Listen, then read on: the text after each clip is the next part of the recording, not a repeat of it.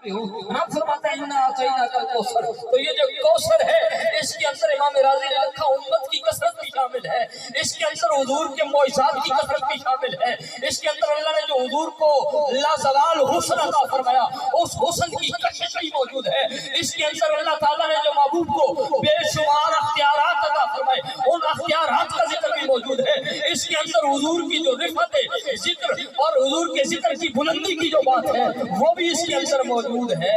اسی لیے تو باقی جتنے بھی آئے حضرت آدم علیہ السلام سے لے کر جناب عیسیٰ تک وہ رب کی رضا کے طالب رہے، ایک رب ہے جو یار کی رضا کا طالب ہے۔ ساری دنیا رب کی قسمیں اٹھاتی ہے اپنی بات کو پختہ کرنے کے لیے، اپنی بات کو منوانے کے لیے، کہتے ہیں مجھے اللہ کی قسم ہے، رب کی قسم ہے، خدا کی قسم ہے، ساری دنیا رب کی قسمیں اٹھاتی ہے، لیکن رب کہتا ہے فَلَا وَرَبِّكَ لَا يُؤْمِنُونَ حَتَّى يُحَكِّمُوكَ، یا اے محبوب لوگ مجھے رب کہہ کے میری قسمیں اٹھاتے ہیں، لیکن یار جانتا ہے تو کہ مجھے جس رب ہونے پر فخر ہے وہ تو ذات، وہ تیری ذات ہے، فلا وربک۔ اس کے اندر آپ سمجھے نا وہ آپ کا رب نہیں ہے، جب خود کہتا ہے کوئی ہم آپ اور میں تو نہیں ہے کہ ایک موقع پر اور بات کریں دوسرے میں اور کریں، وہ تو رب ہے، جب کہتا ہے الحمدللہ رب العالمین، عالمین میں آپ اور میں بھی تو موجود ہیں، تو جب سب کچھ موجود ہے عالمین کے اندر تو وہ سب کا رب ہے، جب رب ہے تو پھر صرف بات یار کی کیوں کرتا ہے؟ فرمایا رب سب کا ہوں لیکن جس کا رب ہونے پر بھی مجھ رب کو ناز ہے وہ میرے محبوب کی ذات۔ میرے کریم نبی صلی اللہ علیہ وسلم نے حدیث کے اندر بڑی کثرت کے ساتھ بات بیان فرمائی، حضور نے فرمایا انا سید المرسلین ولا فخر، انا امام المرسلین ولا فخر، انا قائد المرسلین ولا فخر۔ حضور نے کثرت کے ساتھ اس طرح کے الفاظ حدیث کے اندر ملتے ہیں۔ محدثین کرام نے اس بات سے پردہ اٹھایا کہ یہ کیسی بات ہے کہ نبیوں کا امام ہونا کوئی تھوڑی بات ہے، تو مسجد کا امام ہم سے نہیں سنبھالا جاتا، ایک 10-20 مرید لے کر بیٹھنے والا گدی نشین ہم سے نہیں سنبھالا جاتا، نبیوں کا امام ہونا کوئی تھوڑی بات ہے، نبیوں کا سردار ہونا کوئی تھوڑی بات ہے۔ اور حضور فرماتے ہیں میں سب سے پہلے اپنی قبر سے اٹھوں گا، یہ تھوڑی بات ہے، سب سے پہلے حضور فرماتے ہیں میں شفاعت کروں گا، یہ تھوڑی بات ہے، سب سے پہلے میری شفاعت کو قبول بھی کیا جائے گا۔ اچھا یہاں پر بڑی خوبصورت بات کہ شفاعت کرنا بھی کر سکتا ہے، صرف کرنے کی بات نہیں کی، فرمایا کروں گا بھی اور میری شفاعت کو قبول بھی کیا جائے گا، کروں گا بھی اور قبول بھی کی جائے گی۔ اور حضور فرماتے ہیں سب سے پہلے جنت کا دروازہ میرے کھٹکھٹانے پر کھلے گا، جنت کا دروازہ میرے لیے کھولا جائے گا۔ تو یہ ساری باتیں فخر کی ہیں، لیکن حضور فرماتے ہیں لا فخر، میں اس پر فخر نہیں کرتا۔ تو مولا علی قاری بڑی چوٹی کی محدث ہے، مزے کی بات یہ کہ حضور کی عظمتوں کو نہ سمجھنے والے بھی ان کو مانتے ہیں۔ تو مولا علی قاری نے بڑی خوبصورت بات کی اور پردہ اٹھایا، انہوں نے کہا کہ اصل بات یہ نہیں ہے، بات تو واقعی بہت بڑی ہے، لیکن اصل مسئلہ یہ ہے کہ یہ حضور کے لیے فخر کی بات نہیں ہے کہ حضور امام المرسلین ہیں، حضور سید المرسلین ہیں، حضور سب سے پہلے قبر سے اٹھیں گے، سب سے پہلے آپ کی شفاعت کو قبول کیا جائے گا، سب سے پہلے آپ کے لیے جنت کا دروازہ کھولا جائے گا، بلکہ یہ نبیوں کے لیے اعزاز کی بات ہے کہ اللہ نے انہیں آمنہ کے لال جیسا امام عطا فرمایا۔ یہ بات امت کے لیے فخر کا باعث ہے کہ اس نے ہم جیسے گناہگاروں کو آپ جیسا نبی عطا فرمایا۔ تو میرے کریم نبی صلی اللہ علیہ وآلہ وسلم کو جس ذات سے دیکھا جائے حضور کی شان کا، حضور کی عظمت کا اندازہ آپ نہیں لگا سکتے۔ انبیاء کرام کے حوالے سے اگر آپ دیکھیں، میں اس دن بھی ایک خطاب میں نے بات عرض کی، دورانہ میرا عادت نہیں ہے، لیکن اس بات کے اندر لطف اتنا ہے کہ پھر بار بار بیان کرنے کو دل کرتا ہے کہ جبریل امین میرے کریم نبی صلی اللہ علیہ وآلہ وسلم کی بارگاہ میں کم و بیش 24,000 مرتبہ کتنی مرتبہ 24,000 مرتبہ۔ میں نے ویسے پوری تقریر میں آپ کو کچھ بھی نہیں کہا کہ جیسے آپ بیٹھے ہیں اللہ کے ولی کے قلبوں میں بیٹھے ہیں, اللہ کے ولی کی نسبت میں بیٹھے ہیں, علماء کا سایہ آپ کے سر پر موجود ہے, صوفیاء کا سایہ آپ کے سر پر موجود ہے. آپ کے ساتھ چھیڑ کے میں نے کوئی اپنا حساب کتاب خراب کرنا ہے؟ تو لہٰذا آپ خود سمجھدار ہیں. سبحان اللہ کیسے, اور اتنی برکت والی محفل میں اگر آپ کو سبحان اللہ نہ نکلے اور نقشبندیوں کی محفل میں بھی ذکر کی صدا بلند نہ ہو, تو پھر مجھے نہیں سمجھ آتی کہ کہاں پر ذکر کی صدا بلند ہوگی. تو حضور کریم نبی صلی اللہ علیہ وآلہ وسلم کو جو اللہ نے مرتبہ اور مقام اور شرف عطا فرمایا, وہ دیگر انبیاء کرام سے ہر اعتبار سے, ہر زاویے سے الگ ہے. اللہ تعالیٰ نے حضور کو بڑی شان عطا فرمائی ہے. 24,000 مرتبہ میں دیکھ رہا تھا دیگر انبیاء کرام جو ہیں ان کی خدمت میں جتنے بھی نبی ہیں, کسی نبی کی خدمت میں بھی جبریل میرے خیال سے جو میں نے پڑھا ہے وہ 100 سے بھی اوپر تعداد میں بنتی ہے. یعنی کسی کی بارگاہ میں 1 بار, کسی کی بارگاہ میں 2 بار, 10 بار, 20 بار, 40 بار, اس طرح کی تعداد ہے. یا چلے اگر غلطی کا ہو سکتا ہے اندیشہ, یہ کہہ لیں کہ چلے 1000 سے زیادہ کوئی تعداد نہیں ہوگی کسی نبی کے پاس کیا, لیکن حضور کی بارگاہ میں جبریل 24,000 مرتبہ آیا. اب علماء موجود ہیں, جبریل کا کام اگر صرف قرآن دینا ہوتا, قرآن کی 6,666 جو مشہور قول ہے, آیات ہیں, 6,666 آیتیں اگر جبریل ہر بار ایک ایک بھی دے کے جاتا, 6,666 بار جبریل کی ڈیوٹی تو ختم ہو گئی. تو جبریل کی ڈیوٹی ختم, 6,666 آیتیں کی بات ختم ہوگی. پر ایسا ہوا نہیں. ویسے علماء کرام جانتے ہیں کہ پہلی وحی میں جبریل جو ہے وہ 5 آیتیں دے کے چلا گیا تھا, ایک ایک تو دینے کا سلسلہ ہے ہی وہی نہیں. اور پھر مزے کی بات یہ دوسری کہ قرآن نازل بھی 2 بار ہوا. قرآن نازل 2 بار ہوا. علماء سمجھتے ہیں, ان کی طرف آپ نہ دیکھیں, آپ اپنے آپ سمجھنے کی کوشش کریں. قرآن 2 بار نازل ہوا, ایک بار آسمان دنیا پر, وہ ایک ہی بار نازل ہوا, اور دوسرا حضور کے سینہ اطہر پر, وہ اس کو کم و بیش 23 سال کا سینہ. اگر پہلا آسمان اتنا پاورفل ہے کہ اس پر وہ نازل ایک بار ہو سکتا ہے, جس سینے کے بارے میں وہ خود کہتا ہے کہ الم نشرح لک صدرک, محبوب ہم نے تیرے سینے کو تیرے لیے کھول نہیں دیا, تو وہ سینہ کیا ایک بار اس قرآن کا بوجھ نہیں برداشت کر سکتا؟ ایسا تو نہیں ہے, ادھر تو کوئی کمی نہیں ہے, اور ایسا سوچ بھی نہیں سکتے ہم. تو پھر قرآن کو نازل ہونے میں 23 سال کا جو اتنا عرصہ لگا, اتنی لمبی مدت لگی, وہ کیوں لگائی گئی؟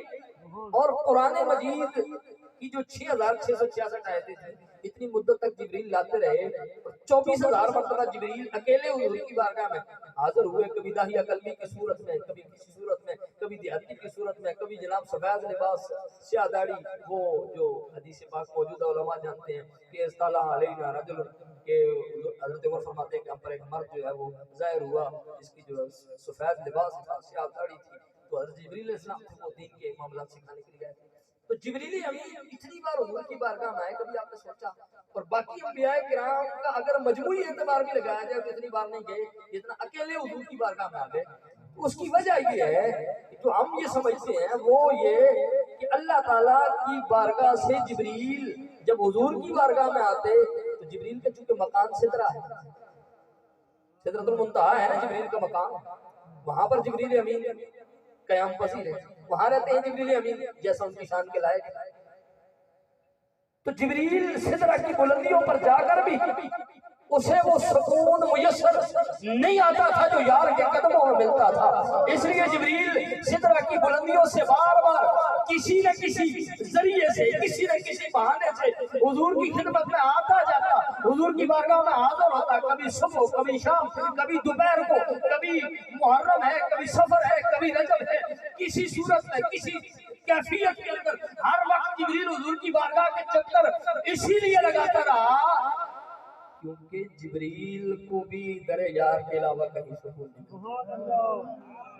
24,000 مرتبہ صرف حضور کا دیدار. یہ تو کوئی ابو بکر صدیق رضی اللہ تعالیٰ عنہ سے پوچھے نا, جس طرح وہ لوگ محبت کر کے گئے ہیں اس کی, تو اگر ہمیں رمق بھی نصیب ہو جائے تو ہماری بگڑی بن جائے. یہ تو ابو بکر صدیق سے کوئی پوچھے نا کہ دنیا کی ساری خواہشات کو پس پشت ڈال کر یہ سب سے آگے کیوں رکھا کہ نظرو الی وجہ رسول اللہ, یا رسول اللہ, صدیق کی سب سے بڑی تمنا یہ ہے کہ آپ کا چہرہ ہو ابو بکر صدیق کی آنکھوں وہ دیکھنا ہے. جب یہ تمنا تھی یار کی تو فرمایا ایک دن ایسی پوری کریں گے کہ دنیا دیکھے. فرمایا اب تمنا تم نے سب سے اعجازی طور پر کی ہے کیونکہ یہ تمنا صرف حضرت ابو بکر صدیق نے کی ہے.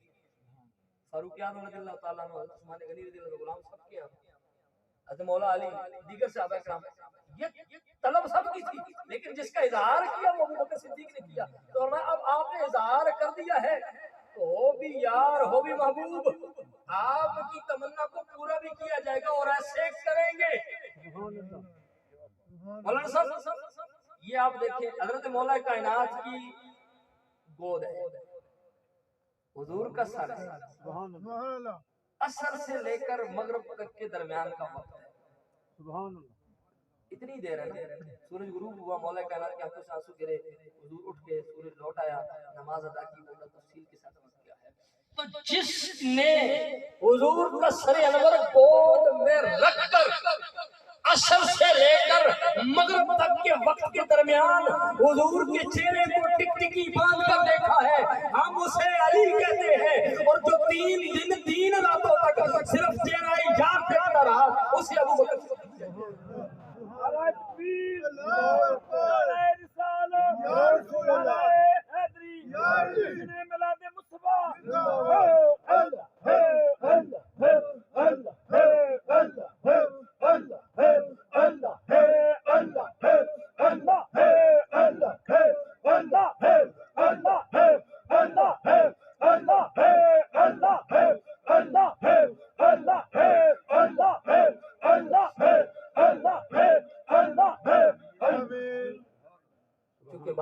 بڑھانے سے بڑھتی چلی جاتی ہے. میں نے کہا ہر اعتبار سے اللہ نے میرے ماں باپ کو ممتاز پیدا فرمایا.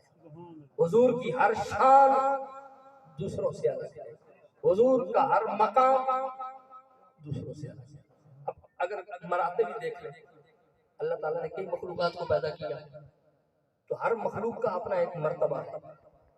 پتھر ہے وہ درخت کا مقابلہ نہیں کر سکتا، درخت جانور کا مقابلہ نہیں کر سکتا کیونکہ اس کے جانور کے اندر درخت سے ایک اضافی کوالٹی والی جانور جو ہے وہ انسان کا مقابلہ نہیں کر سکتا، انسان چاہے کافر ہو یا مومن، کیونکہ انسان کے اندر ایک اور کوالٹی ہے.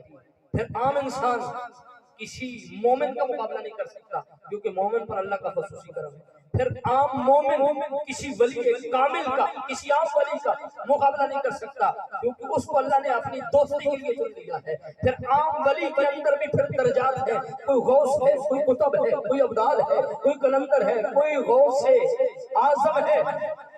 ان کی اپنے مدارج یا درجات ہیں. چاہے غوث اعظم کروڑوں غوث اعظم بھی کیوں نہ ہو، صحابی کے قدموں کے ساتھ لگنے والی مٹی کا بھی مقابلہ نہیں کر سکتے. ولی جتنا بڑا ہو جائے صحابی کا مقابلہ نہیں کر سکتا.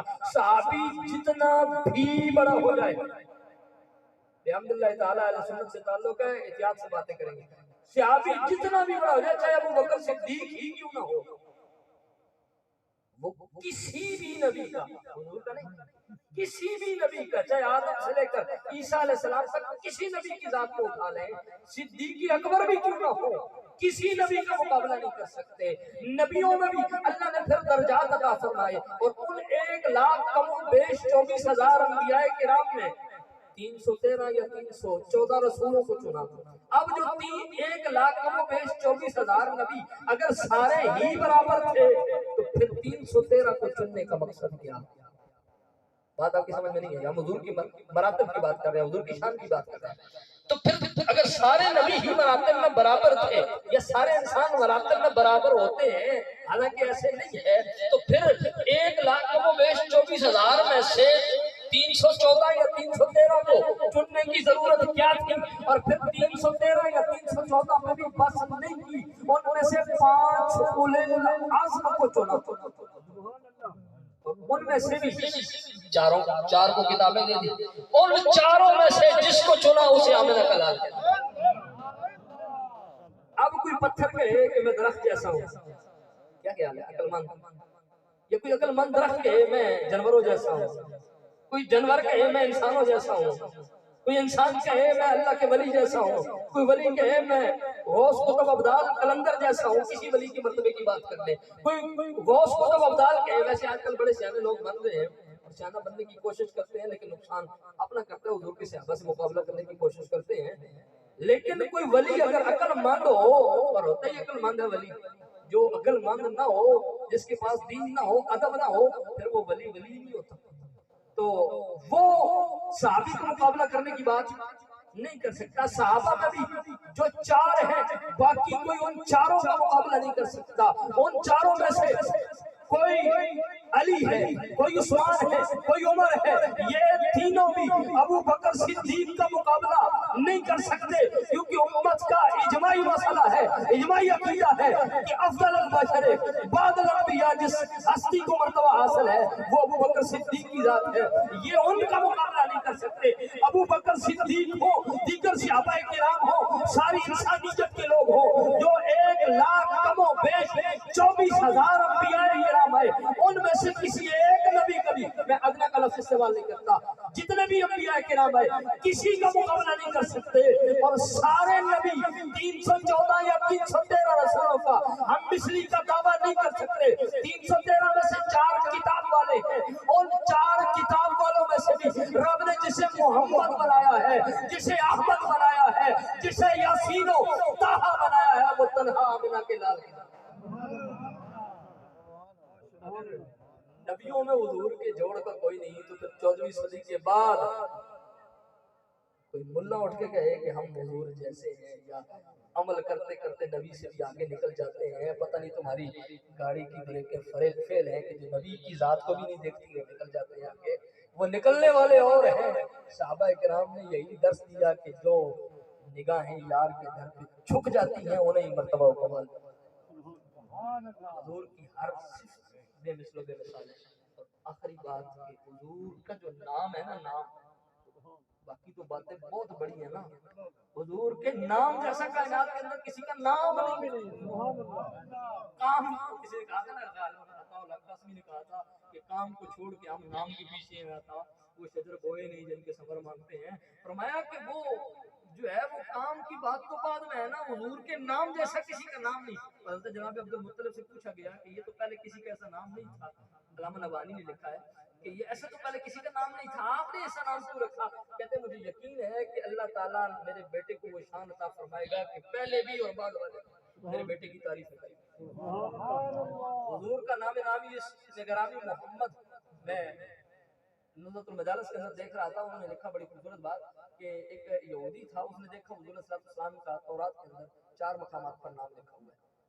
تو دشمن اپنی کوشش کرتا ہے جس طرح میلاد کے حوالے سے ہوا ہوتا ہے، خیر ایسا تو بدبختی والا کا نام پہلی بار ہوا تھا، ایسے اس سے پہلے میری جو ذہن کے اندر نہیں ہے. لیکن بہرحال حضور کا ذکر روکنے کی لوگ کوشش کرتے ہیں. اس نے اپنی طرف کوشش کی بھائی تورات کیونکہ ہمارے پاس کتاب ہمیں دی گئی ہے، میں حضور کا نام مٹا دوں گا، حضور کا ذکر ختم کر دوں گا تو بات ختم ہو جائے گی.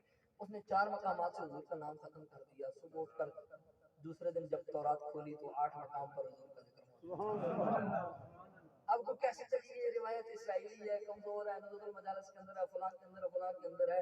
میں نے کہا اگر بات وہاں سے نہ سمجھ آئے نا تو سورہ دعا تو کمزور نہیں ہے نا. وَلَلْآخِرَةُ خَيْرٌ لَكَ مِنَ الْأُولَىٰ پڑھ لے، 4 سے 8 خود سمجھ آ جائے گا.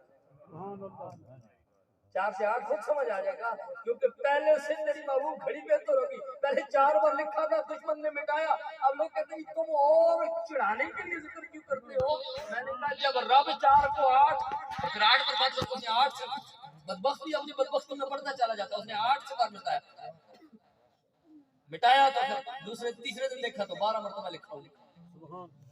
اب آنکھیں کھلی کہ میں مٹاتا جاتا ہوں، یہ بڑھتا چلا جاتا ہے.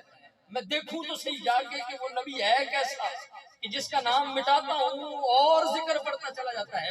جب حضور کی بارگاہ میں آیا تو مولا کائنات موجود تھے، حضور کا وصال ہو چکا تھا، حضور کو قبر انور میں اتارا جا چکا تھا، حضور کو دفن کیا جا چکا تھا، قبر پر مٹی ڈال دی گئی تھی. اب وہ آ کر کہنے لگا جی میں اس نبی سے ملنا چاہتا ہوں کہ جس کا ذکر ہماری تورات کے اندر موجود ہے، جس کا نام میں مٹاتا رہا رب بڑھاتا رہا، جس کے ذکر اور چرچے بڑھتے چلے گئے، اس کے نام کے تذکرے بڑھتے چلے گئے. میں اس کی زیارت کرنا چاہتا ہوں. مولا کائنات فرما وہ تو چلے گئے. اس وقت اس نے کہا جی میں آپ کو گواہ بنا کے حضور کا کلمہ پڑھتا ہوں. بڑی بڑی بڑی لطف والی بات بیان کرنے لگا ہوں.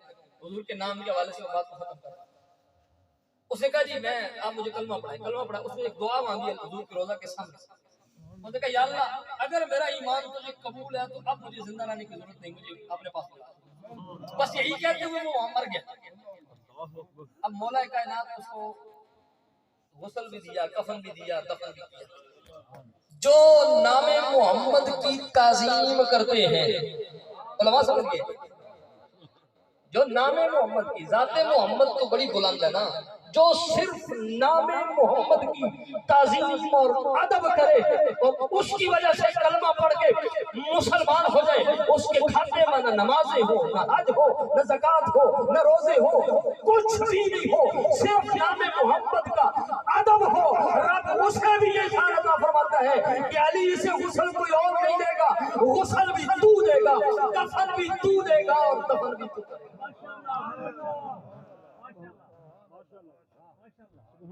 اگلی بات یہ بھی تفاسیر کے اندر غالباً قول بیان کے اندر علماء اگر ہو سکتا ہے غلطی بھی ہو معاف فرمائیں گے, پر بات جو بیان کر رہا ہوں بات ٹھیک ہے, حوالہ ہو سکتا ہے ذہن کے سے آگے پیچھے بھی ہو جاتا ہے. تو وہ یہ ہے کہ حضور کریم نبی صلی اللہ علیہ وسلم کا ایک بندہ یہودی تھا, یہودی رہا, یہ تو مسلمان ہو گیا. وہ حضور کا نام جہاں پر آتا ادب سے چوم لیتا, تورات کے اندر تورات کی تلاوت کرتا تو حضور کا نام چوم لیتا. تھا بڑا گناہگار, بدکار, ہر وقت گناہوں کے اندر لتھڑا رہتا تھا, مر گیا. اب چونکہ لوگوں پر تو یہی ظاہر تھا کہ گناہگار ہے, گندا ہے, بندہ ہے, مر گیا. لوگوں نے اٹھا کے گندگی کے ڈھیر پر پھینک دیا کہ جیسا ہے موسیٰ علیہ السلام رب سے ہم کلام ہونے کے لیے گئے.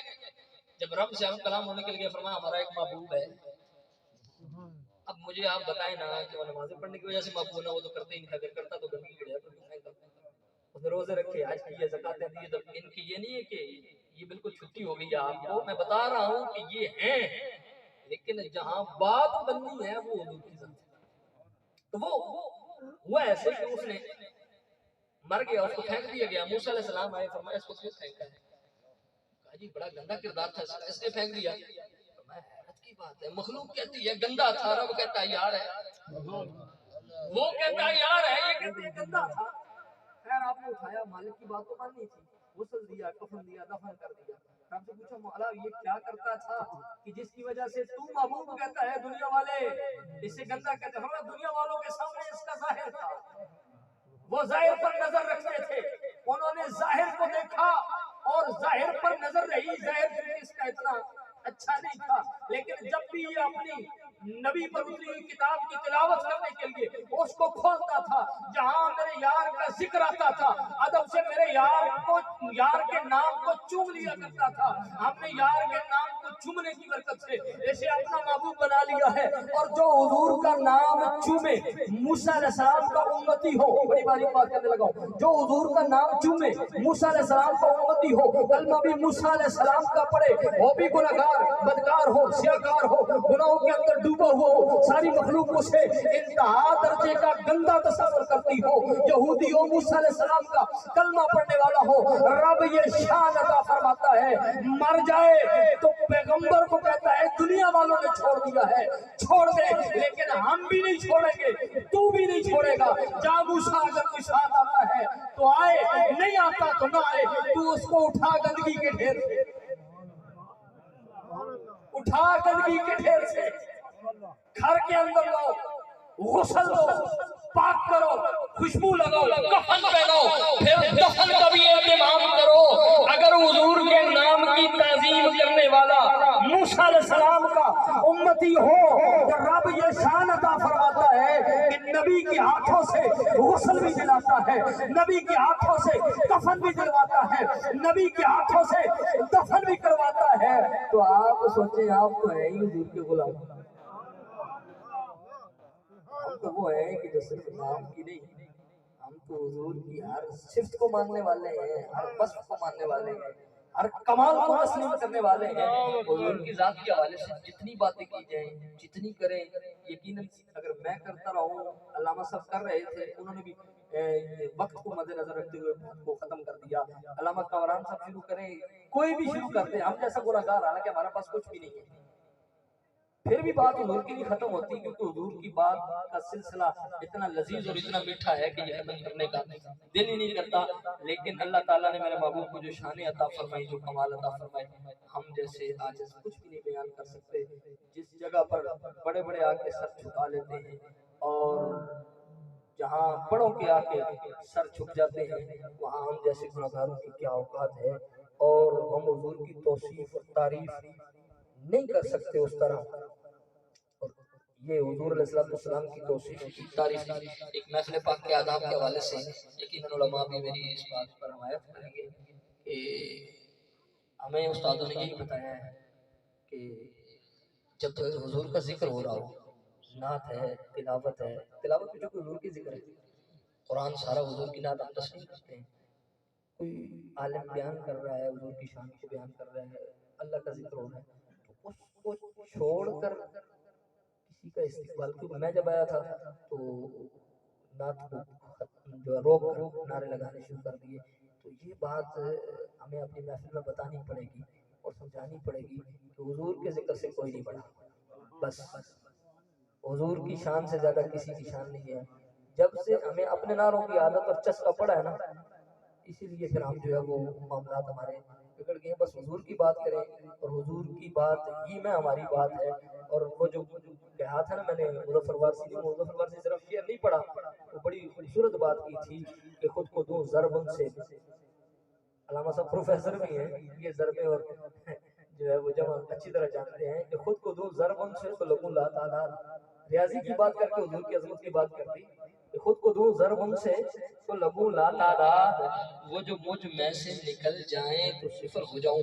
تو ہمارا یہی اوقات ہے, اور رب نے میرے محبوب کو ہر اعتبار سے بے مثل و بے مثال بنایا ہے, ہر اعتبار سے. چاہے یہ علامہ صاحب چونکہ ان کے پاس وقت بہت مختصر تھا, بڑا خوبصورت بیان کر رہے تھے, انہوں نے صرف اولیاء کی بات کی نا. اللہ نے فرمایا محبوب تلک الرسل فضلنا بعضهم علی بعض منهم من کلم اللہ ورفع بعضهم درجات.